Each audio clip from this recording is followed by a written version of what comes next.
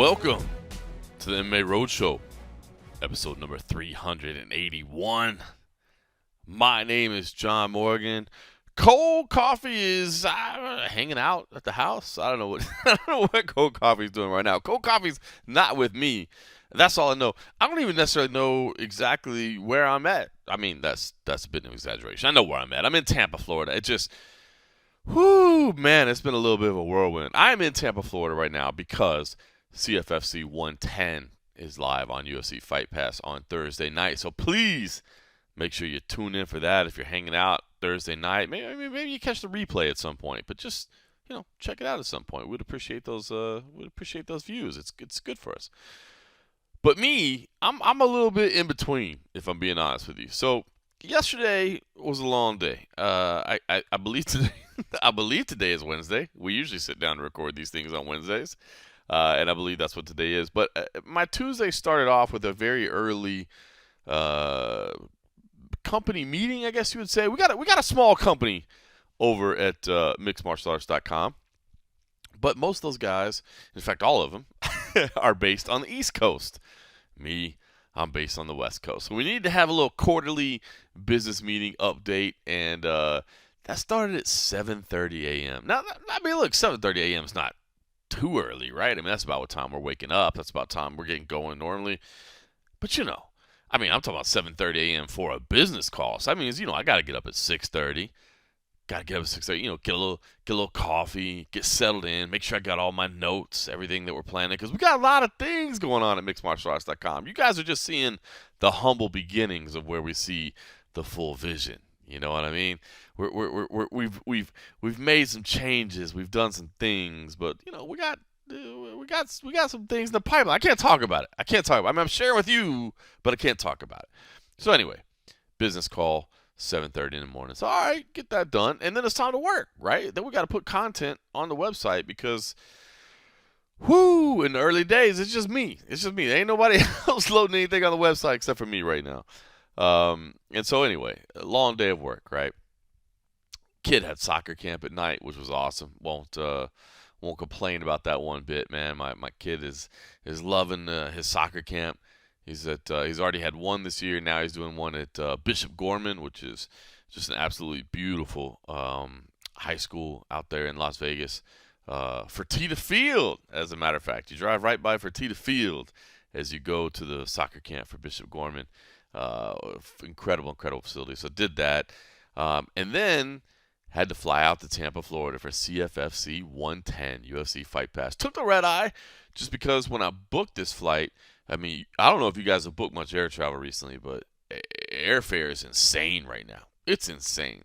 And Rob Haydack and the good people here, they never say anything. They never tell me to worry about my airfare or anything like that. But if you're going to be responsible, if you're part of the company, you're trying to see everybody win, you take the cheapest flight you can, right? Well, the cheapest flight meant a red eye last night through Charlotte and then Charlotte down to Tampa. So, I think I left. My flight departed last night at 12:47 a.m., keeping in mind that I had gotten up at 6:30 a.m. to get ready for the 7:30 quarterly business call, worked the full day, went to the kids' soccer camp, came home, went to the airport, got on the 12:47 a.m. departure, went to Charlotte, and then got here to Tampa. Now, you normally, you take a red eye, you say, well, I'm taking the red eye, but I'm asleep on the way. I'm going to tell you guys this. I've been doing this for a long time. I've been traveling as a living, more or less, for a long time. Been blessed, fortunate to see the world on somebody else's time, as I always say, man. Somebody else has paid me to fly around the world and go to all these different cities and all these different destinations. I am blessed. But what I will tell you is getting old is a real thing, man. I used to be able to take those red eyes, grab a couple hours of sleep, hit the ground running, and knock it out the park. Like land into a city and then, take my bags straight to media day, go knock out 14 interviews, and then go check into my hotel room afterwards. And I'll be honest with you, probably go straight to the bar. If we're being honest, that's probably what I would do. Nowadays, things look a little bit different. But I will say this. Here's my problem. Now here's where the issue lies, okay? So you got the red eye, and half the point of the red eye is that you're going to get some sleep on the way, right? But here's the quandary. Here's the issue, and I mean, I think you could put yourself in my position, and you tell me if you would answer the same way. But I did get the red eye. The goal is to get some sleep, but I got upgraded. So you see where the problem is, right? So now you're upgraded, and you know what that means. Free cocktails. You know what I'm saying? I mean, the vodkas and sodas are just coming right too. And let me put it this way: on an overnight flight, not a lot of people up, so you're not having to wait very long for service. Because if I'm being honest with you, 20 people up in first class, I'm pretty sure 19 of them were asleep. But me, I mean, I had the light on. I had the light on. And I had a couple of cocktails. I mean, if the free vodka soda's flowing, let's get a few. Let's get a few. Thank you, American Airlines. I appreciate you for picking up my tab. So yeah, landed in Charlotte, got to Tampa, got a little bit, and then honestly, as soon as I got to my hotel room, just absolutely just crashed out. took a little nap, but then had to wake up and do an interview. And now I'm speaking to you guys, and then shortly after this, the CFFC 110 weigh-ins are going on right now. I'm gonna hook up with the crew, maybe get a little dinner, and I'm gonna need some sleep. I'm gonna need some sleep in a bad way for sure to get all caught up on anything. So busy weekend for me, but I'm looking forward to it. Early fights on Saturday for UFC on ABC3. Which I dig. I like it. To be honest with you, I mean, it's not even about me. It's not even about me being cranky and old and wishing I had my Saturdays back. It's not that. It's just that I feel like these afternoon shows are good, man. I feel like I know they're not great for ratings. I know most people are home, but I don't know. If you're a fan that watches every single weekend and you have to give up every single Saturday night, I think afternoon shows are kind of good. So I love this UFC on ABC3 card being early in the day, and we'll talk about that later. But first, how about a quick preview of CFFC 110? Like I said, please do tune in on UFC Fight Pass on Thursday night if you can. Santo Coratolo versus Lloyd Mckinney in the main event. Interim flyweight title is on the line. The champ, Fumi Nakuda, is out right now. Hand surgery. He's recovering from that. So the flyweight title is on hold right now. So that means an interim title we put in place. Santo Coratolo, the former champ. I mean, just some devastating stoppages under the CFFC banner. But he got to Dana White's Contender Series, and he lost to Clayton Rodriguez there. Decision loss, a frustrating one for him, and one that he said was a bit of an eye-opener for him, and one that has forced some real changes, both physically and mentally as well. And so excited to have him back and to see where he is. I really do think this kid, Santo, is capable of doing something big in the sport. And, he gets a chance to kind of start again and to build back to that big opportunity. And he's facing Lloyd Mckinney, a guy that's been fighting for 16 years. Kid started fighting when he was 19 years old, and now he's here. It's a big opportunity for him. So that is your main event. Charles Radke in the co-main event was expected to fight for the CFFC welterweight title. Had some ups and downs as the lightweight has moved on to the welterweight division, has looked good at welterweight, and he's facing Caleb Crump in the co-main event. Again, it was supposed to be a title fight. Champ had to drop out, so Caleb Crump stepped in on short notice, and now this is going to be a 3-round fight in the co-main event. But you know how we do it at CFFC. It's always fun. Man, this is the third time we've been here at the Seminole Hard Rock Hotel and Casino in Tampa. It's an absolutely gorgeous facility with a packed crowd. It's sold out once again, so looking forward to that. So tune in on Fight Pass Thursday night if you can. CM Punk will be with me with a walking boot on, I think. I don't think he'll want us to highlight that very much. I think he's a little self-conscious of it, but broke his foot. Yeah, I mean, it's not a bad injury, but it's just forcing him on the sidelines for a little bit. So cool. I got a chance to watch him compete and win the world title for AEW. And the following Wednesday, I was watching, and I don't normally watch wrestling, but Joe from H-Town would be happy to know. I was like, well, let me see what happens after this, how they go with the storylines and how they move everything forward.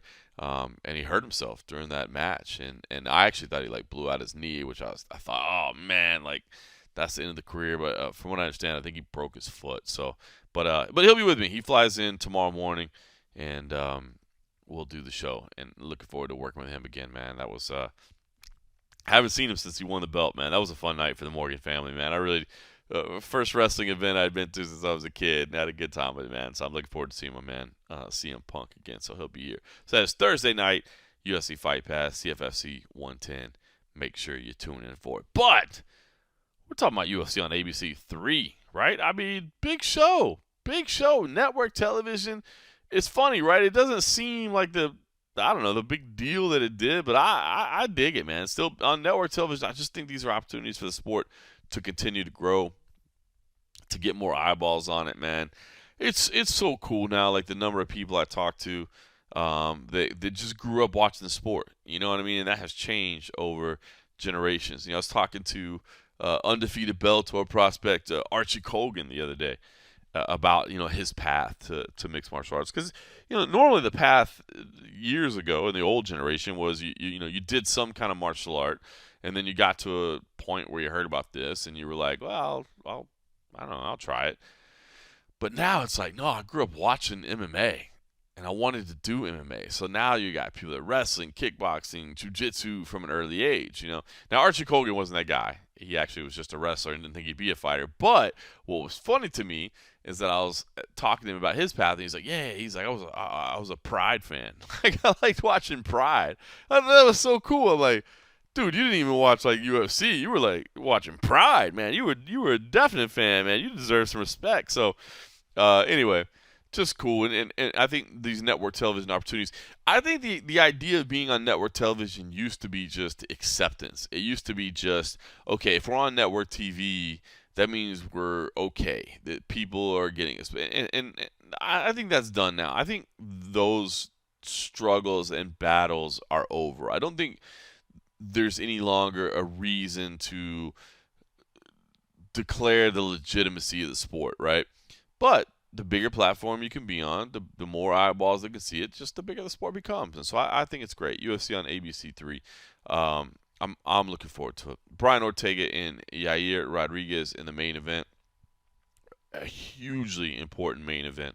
I mean, these guys are right up there at the top of the rankings. And, sorry, Josh Emmett, man. I know Josh Emmett is out there. And I feel bad because I've talked about these guys, and we're going to hear from them. I didn't mention Josh Emmett's name. And in retrospect, maybe I should have.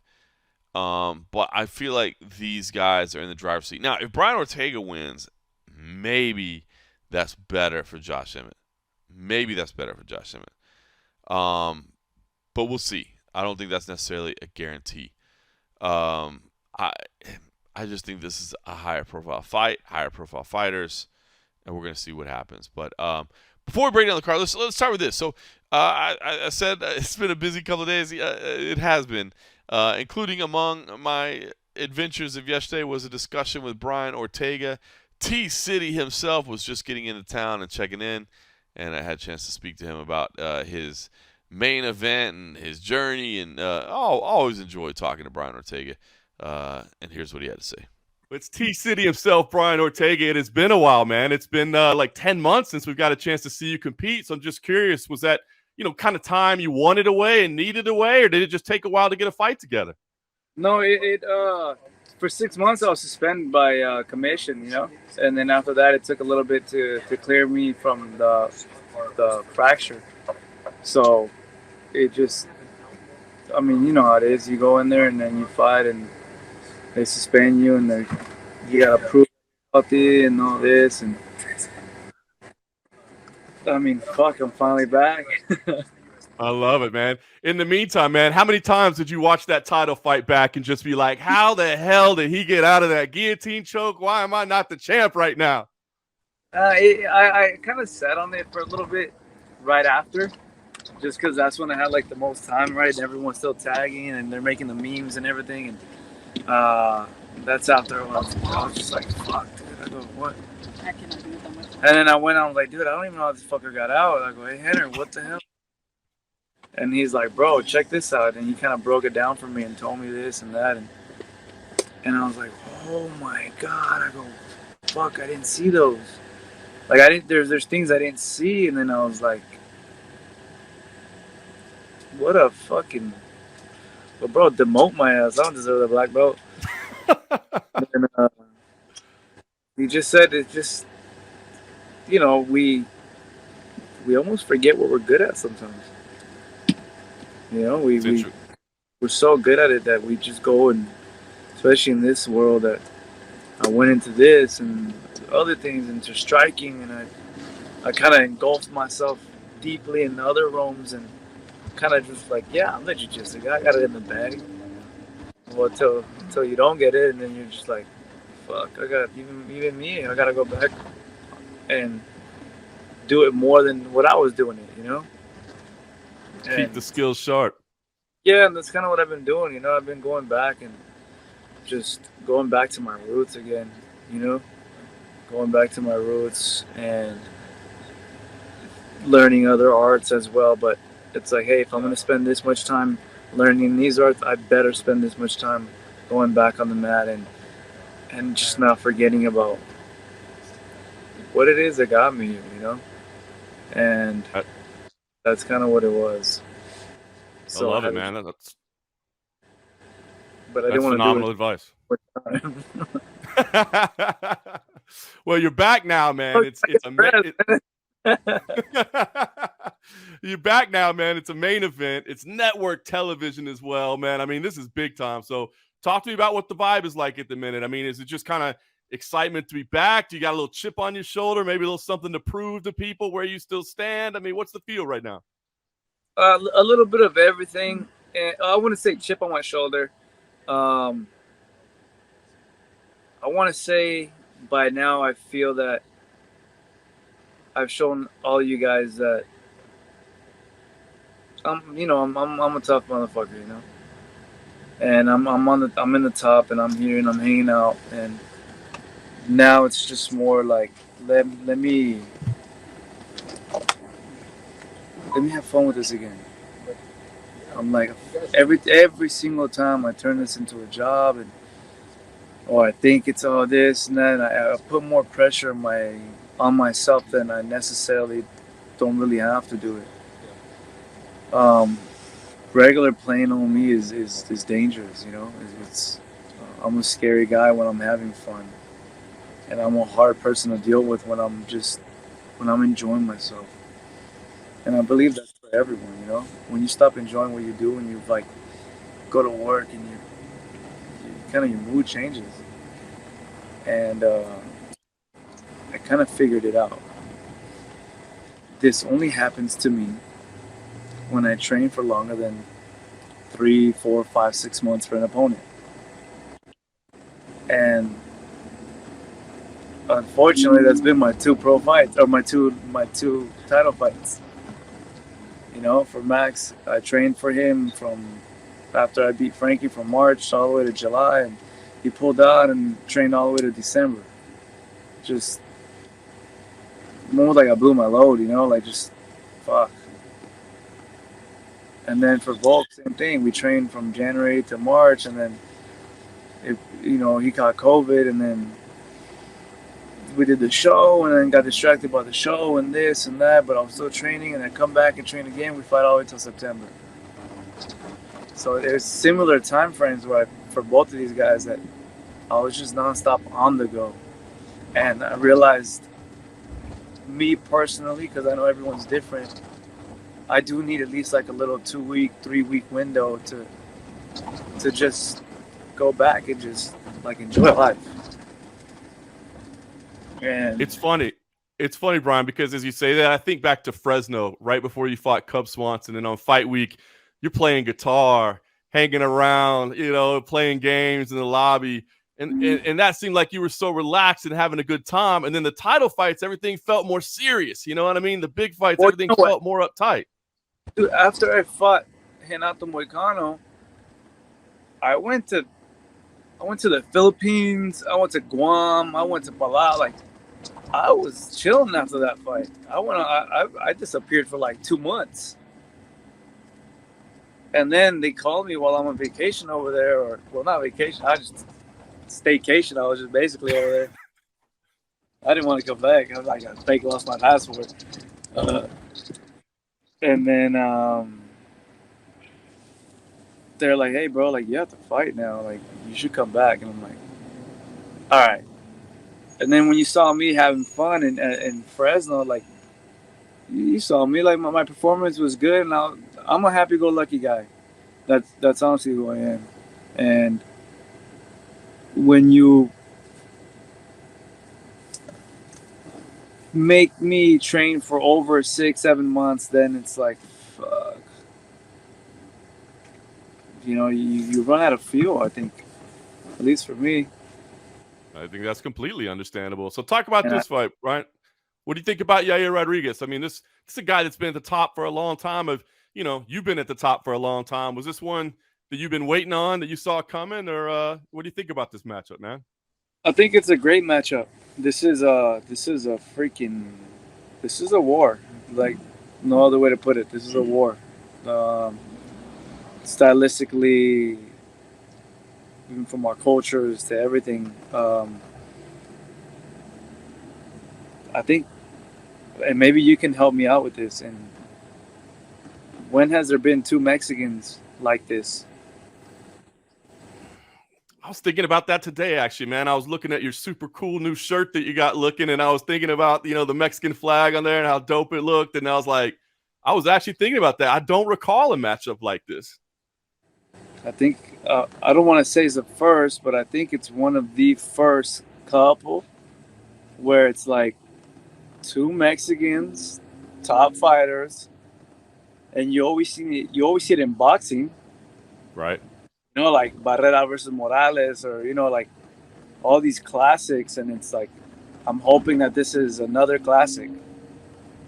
Honestly, like, and I love that. I love the fact that Mexico, right? Because, like, hey, dude, like we're together, we're making noise, and although we're fighting each other, we're still united in this aspect, where we're bringing our people up, and we're showing that it's possible, and from both sides of the story. One, from him being in Mexico and being born and raised in Mexico, and me having to be first generation born in the United States, but have immigrant parents, and like we're showing the both sides of the beauty of when you chase your dreams and you come from our background and culture and heritage, and there's no other way we're gonna leave out there besides leaving it all in there, Oh, I know. We had to dig deep to get out where we came from. So there'd be a cold day in hell for both of us if we decide any of us is going to give each other an easy fight.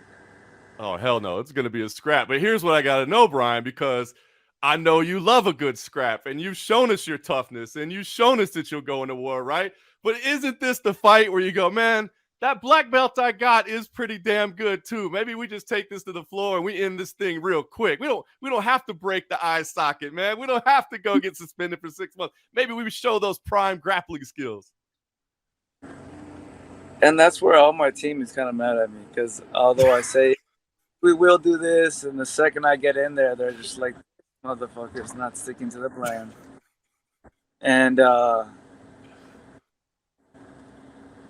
I like to say there's a trigger that I don't know how to control.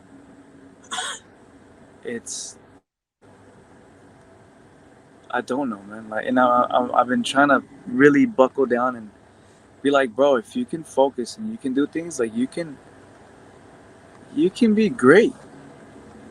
Like, stop getting emotional. Stop getting into this warrior or gladiator mentality.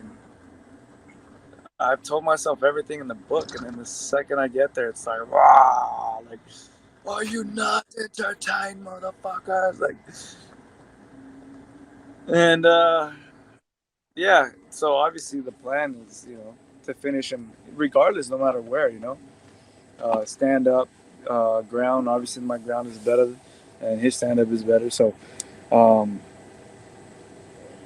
But you see me, no matter if I see a window for anything, I will take it, and I will make sure I don't waste that window. but I'm there is a lot of pressure. Do you be a technical fighter and you go in there and do this, and the other side of the things are like, yo, this is a big network. Like, we put you guys here to put on a show, not to just give us a boring fight. I don't know. It's fight week. I'm trying to figure it out. Well, the good news is it won't be a boring fight. I know you won't put on a boring fight. That's the good news. Yeah. And we'll see. We'll see what happens. Honestly, everything can change when you're in there, So literally everything changes the second you step in there. You get hit once, everything changes. So I know I put in my work, and this is obviously someone who I wouldn't or didn't want to face. And now we're facing each other, and it's bittersweet, I guess. It's bittersweet. One, I get another opponent who's number 3 in the world, number 2. So it makes sense that list or matchup wise, right? On who's there, and then I'm not a hater, man. If he does beat me, I hope he does get that title shot. And like, this is one of those fights where it sucks because I'm in a weird position where I like the guy and I rooted for him, and now it's like, well, I can't root for you against me though, And he's cool, man. We're not best friends, but we have a good relationship. We've hung out, we partied together, we did some cool stuff together, and now we get to fight each other and entertain everyone. And put some money in each other's pockets. You can think about it that way, right? At least you're coming together to make some money. I told him to. I said, hey, because it was awkward when we're hanging out and we're chilling at Dan Bilzerian's house and we're doing these things, and I looked at him like, hey, bro, we might fight, right? we keep pretending and going around the bush, but like, I just hope I got nothing but love and respect, and the day does come. I go, let's just make sure we get paid. There you go. You mentioned a title shot for him. He's saying that. Are you thinking title shot as well? I mean, you're still right there at the top of the division, man. You're still right there in the mix. I'm still there, man. I'm still there. I haven't gone nowhere.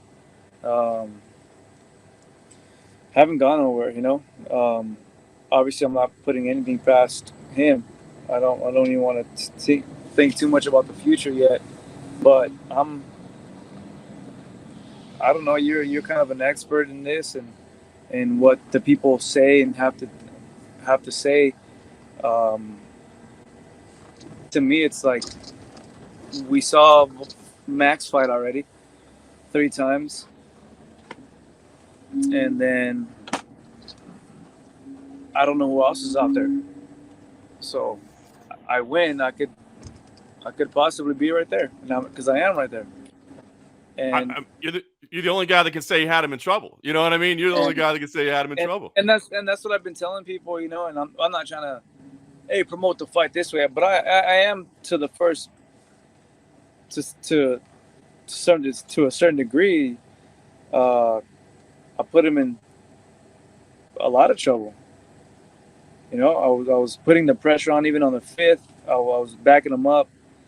The 3rd, I gave one of the best 3rd rounds, contention, a title fight or contention fight of the year. I gave him a crazy run. He had a war with me, and we went in there and we gave it all, and he was back and forth, and I had him in a couple chokes and heard him gargling and everything. And now that I've talked to Henner and I was like, yo, given some adjustments and some stuff, I go, his neck could have been yours, dog. And I was like, fuck, man. I go, let's see then, that for sure I would love to run it back with him. I love it, man. Well, Brian, I could talk to you all day, man, but I know you got a ton of these, so thank you for carving out some time, man. I always really do appreciate it. I guess last thing I'll ask you, what kind of fight are you anticipating, man? I mean, you said it, bro. You're in fight of the years every time you go out there, man. Are we going to see another fight of the year, or is this one like you're going to go put a stamp on something and show some domination? the goal is obviously, go in there and show some domination. But if that doesn't happen, then you guys will enjoy an instant classic. I love it. Every time out, my man. But I appreciate the time as always, man. Best of luck on Saturday. Not that you need any of that. You got all the skill you need. I look forward to tuning in and watching you on ABC. Thank you, my boy.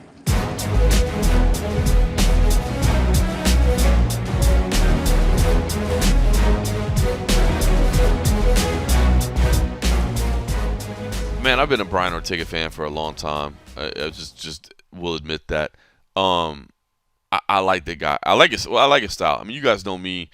I love the grappling. To me, like, not that I don't love striking. I mean, obviously everybody loves great striking, slugfest, et cetera, but striking, to me, we've seen it for years. I don't know, grappling to me is like this different art, this different level. Like when your mind can work in that way, where you're on this level of, I don't know, man. To me, it sounds weird. I don't want to say it's more refined or it's more. I don't know exactly how. It's just, it appeals to me more. I don't know what it is. It's this human chess. Talking to Randy Couture recently, and he was talking about human chess. There's something about it to me that is just like, okay, I can hit you in the face and you can hit me in the face and we can see who hits harder. But here's this complicated series, and I love that. And so because of that, I've always been a Brian Ortega fan, because his jiu-jitsu. Now, I think you hear from that there has been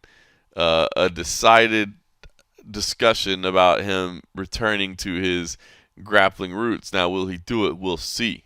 We're going to find out. I think it would be wise. I would highly recommend it, but we're going to find out.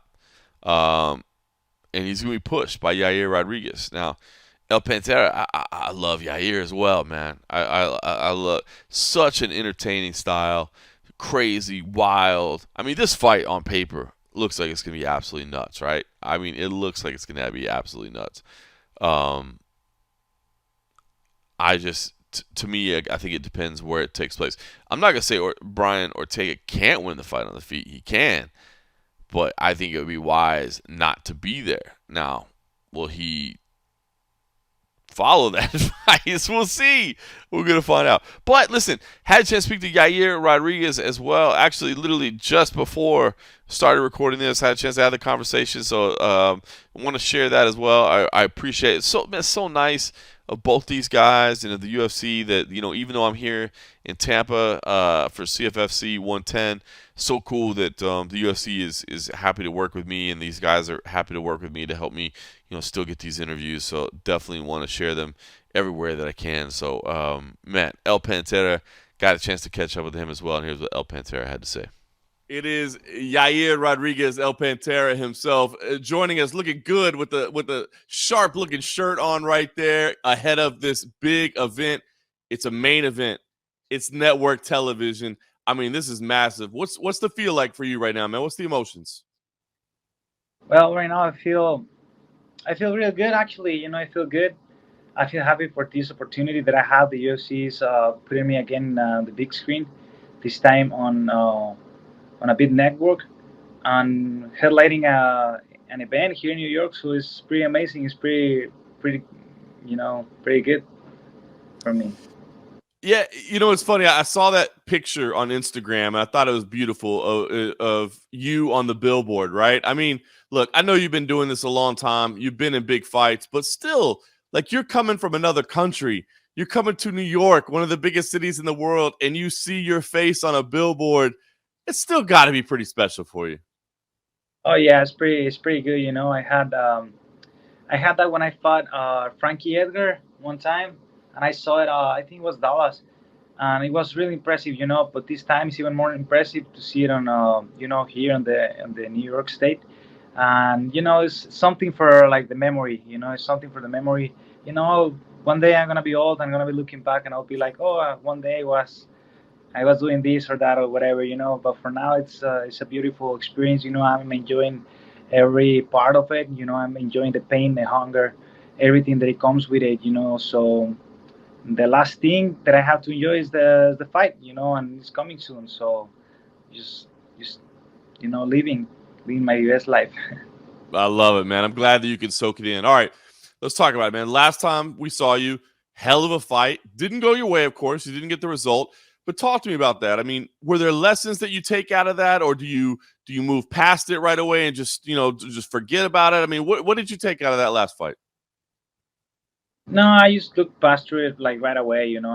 There is nothing, no much that you can do about it. When you lose a fight or whatever, experience is what you can absorb from that experience. Learning experiences, and knowing what to do in certain situations. And what I think I learned from that fight is just don't get into wild. Just don't get too wild when I'm fighting, and don't do that much of mistakes because it can put me in bad position that can lead to lose my fights. So that's what I'm planning to do this fight. Don't commit that much mistakes and keep it simple.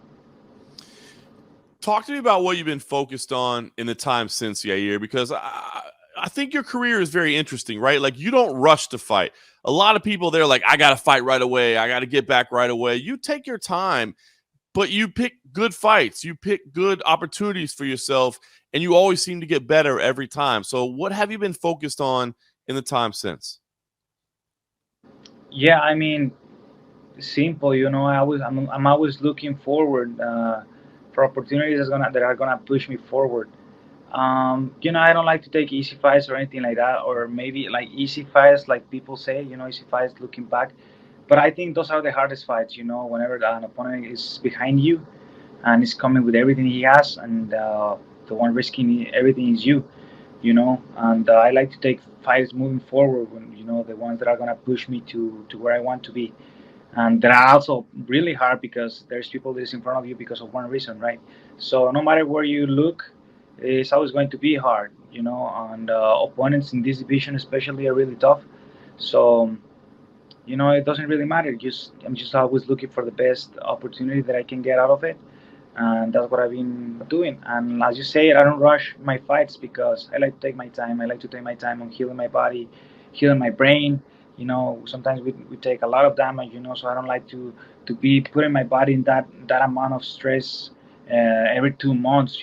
Because there is no like fighting at the beginning. And in your career you can fight 3 times, in 2 months, no problem. But as you're getting older and the weight cut is getting harder or whatever, it's just it's different. Plus the opponents are getting stronger every time, and we're fighting against the best fighters in history, so it's just a little different. What are the emotions like when you fight, Yair? Because one thing I think it's so cool, right? Because you kind of represent the country of Mexico, which is awesome. I mean, I remember when you fought in Mexico City, that beautiful picture of you looking out of the hotel with the Mexican flag, man. It was so gorgeous. Like, you represent the country.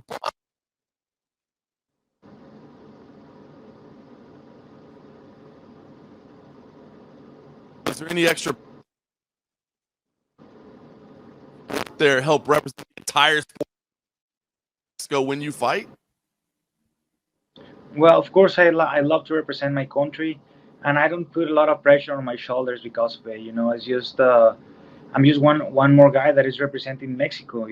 But I try to do it the best way possible, and be be the best that I can be. Even though we do mistakes sometimes, I try to represent as best as I can. And right now, in this opportunity, we both representing Mexico. In a beautiful state as is New York. And I can't wait to show up Saturday and show you guys why I deserve to be fighting here in headlining this event.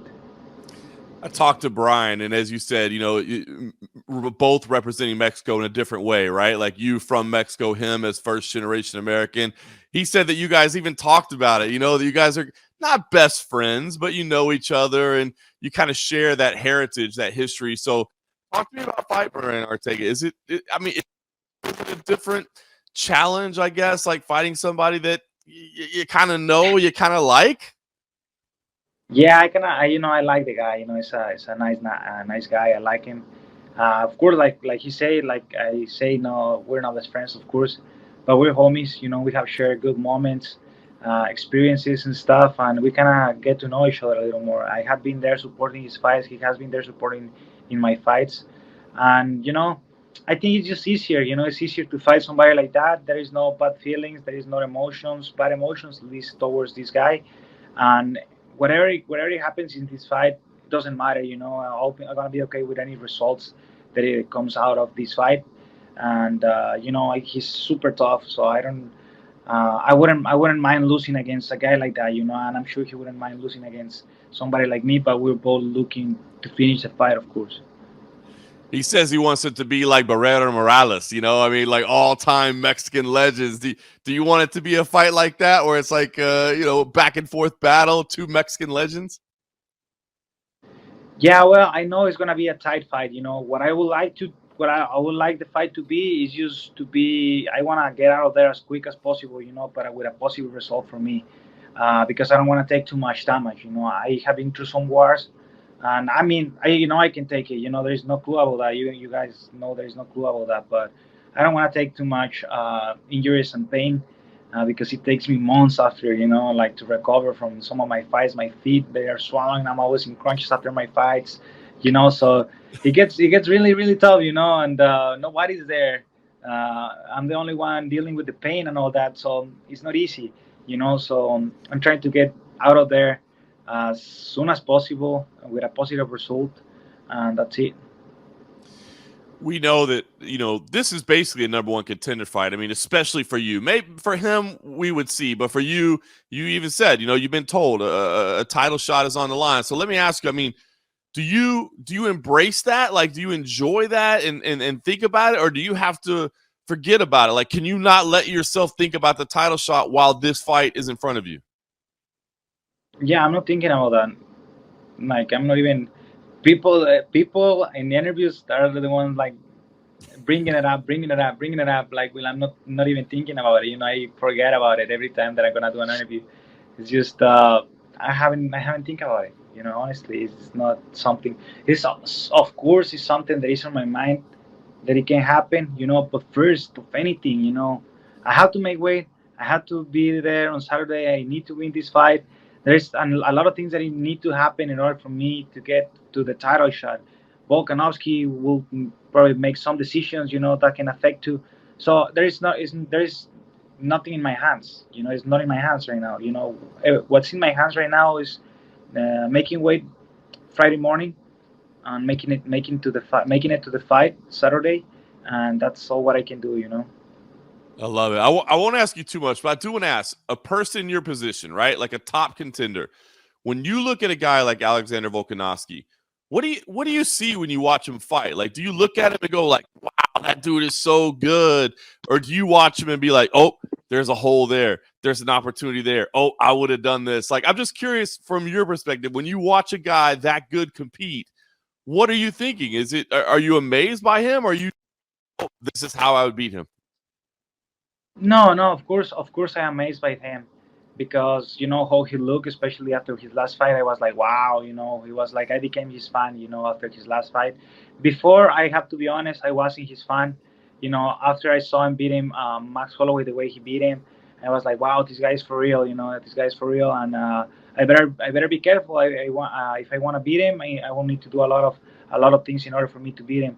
So yeah, I still need a lot of work to do if I want to beat him. And of course, I can see little stuff here and there that I can probably use in my advantage, you know. But there is something that I shouldn't be working on, not right now. You know, it's gonna be one moment where I have to work on those kind of details. But for now, no, I'm working on Brian Ortega.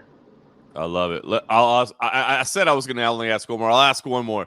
What's the dream scenario, Yair? You win on Saturday. You fight for the title. Is it you go to Australia in his backyard and you beat him there? Is it you go to Mexico and you get to do it in front of your home crowd? Is it Las Vegas? Is it Madison Square Garden? Like, what's the dream? Where do you get the belt wrapped around your waist? Well, I'm sure him being the champ, probably the ball is gonna be in his court side, you know. So it could be probably Australia, it could be probably something like that, Sydney or something like that, you know. What was the biggest event with 50 plus thousand people, right? Yeah, in Melbourne, in that big stadium down there. Melbourne, right? So something like that will be fucking amazing, you know. And yeah, that'll be something beautiful, you know. But Mexico doesn't sound like a bad idea either. Anywhere is good, you know. Like I say, wherever Hawani, anywhere for me is a good place to die or to raise my hand. So it doesn't matter, you know. To be honest, I'm I ready love anywhere. I love it, man. Well, look, this is going to be a great fight. I mean, there's just no way this fight is going to be bad. You two guys are both exciting. This is on ABC. It's network television. This is massive. So I guess just tell me what kind of hurt you want to get out of there as quick as possible, but you two guys are as good as it gets. So what kind of fight do you think we see on Saturday? Yeah, I'm sure it's gonna be a war. You shouldn't have boo about that. You know what I'm expecting, what I want, what I really want is get out of there as possible. But there is no clue that it's gonna be a war because Brian Ortega is not a piece of cake. He's a tough guy. He's a tough dude. He doesn't go down easy, so I'm sure it's gonna be a war. I think it is, man. I'm excited to see it. I'm bummed I can't be there, but I'm going to be watching on my television UFC on ABC3 Saturday in New York. Yair Rodriguez, thank you so much, man. I think this is going to be amazing, and one of you guys is going to be fighting for the title next, so everybody needs to be tuning in. Fuck yeah. Thank you, man. I appreciate you. Take care.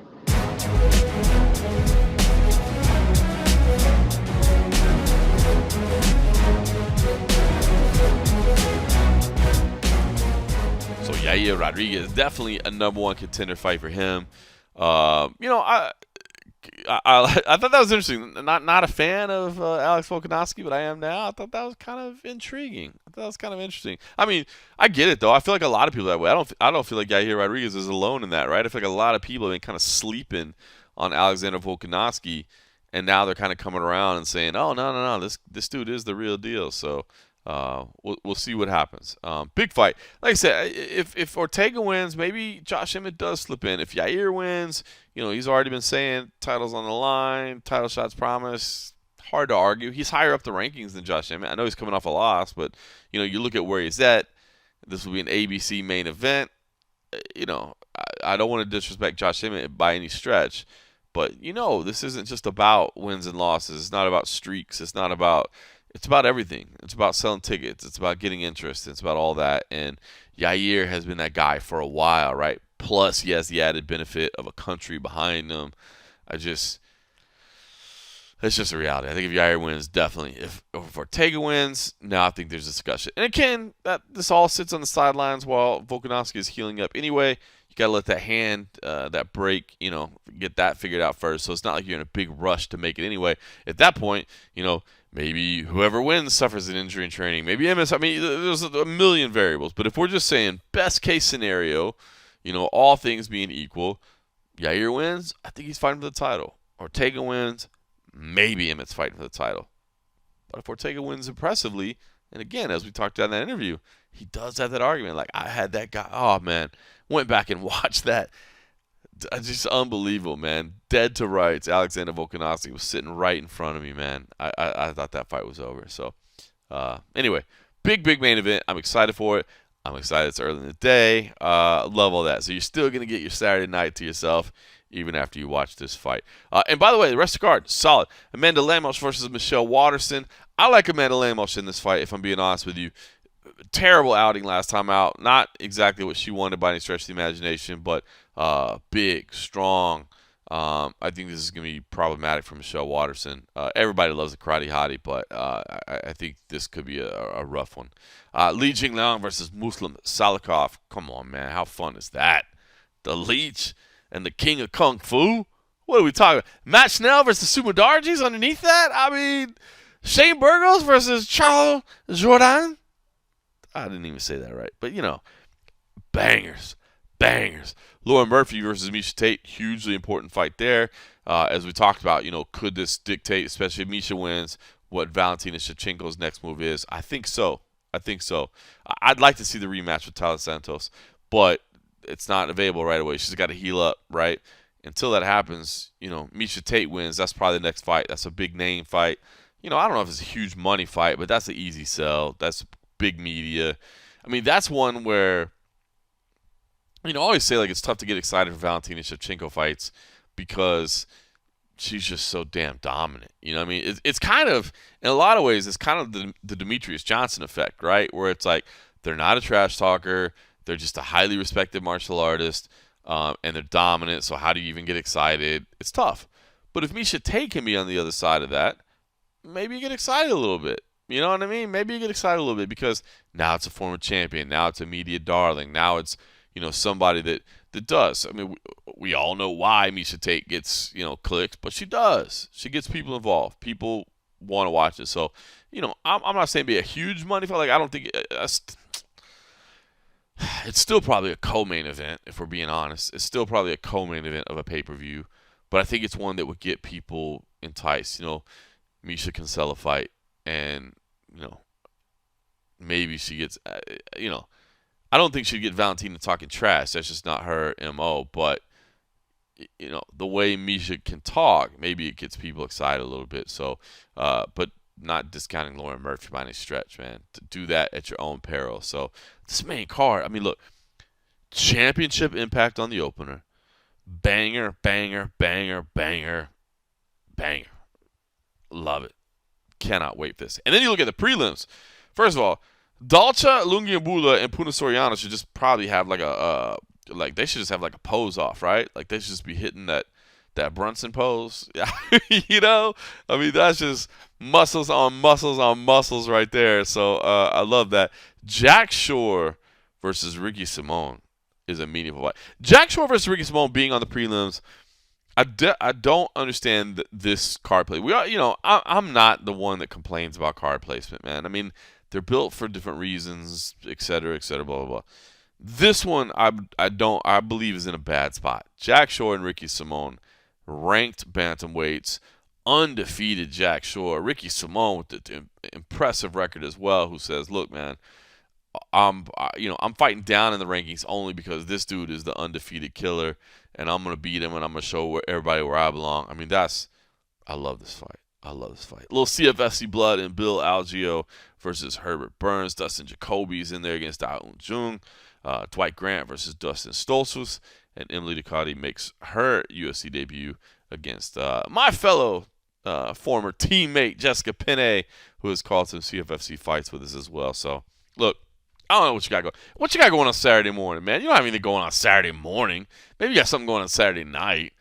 But put this aside, man. You gotta do this one, man. You gotta do this. And I think this card, honestly, it's not a super long card, not like 16 fights or anything like that. And I think the fights that are on there, maybe I'm wrong, but man, this is just looking entertaining as hell. And then, yeah, we'll have some. We'll have some and a half coverage over at patreon.com/MMA Roadshow, and it'll be early in the evening, and I might even get to hang out with my family on Saturday night. So, I mean, why would you want to do this? Why would you do this? Especially on the West Coast. My goodness. You're doing 8 a.m. start on the West Coast? Come on. You're not skipping that. All right, listen. The thing I'm not skipping is I got to go get some dinner, get some sleep. I got a show to put on tomorrow night, and I'm looking forward to it. Love doing commentary. CFFC 110. By the way, CFFC 111 in just 2 weeks. That is going to be in the Memphis area the week of the Dallas pay-per-view. I'm looking forward to that.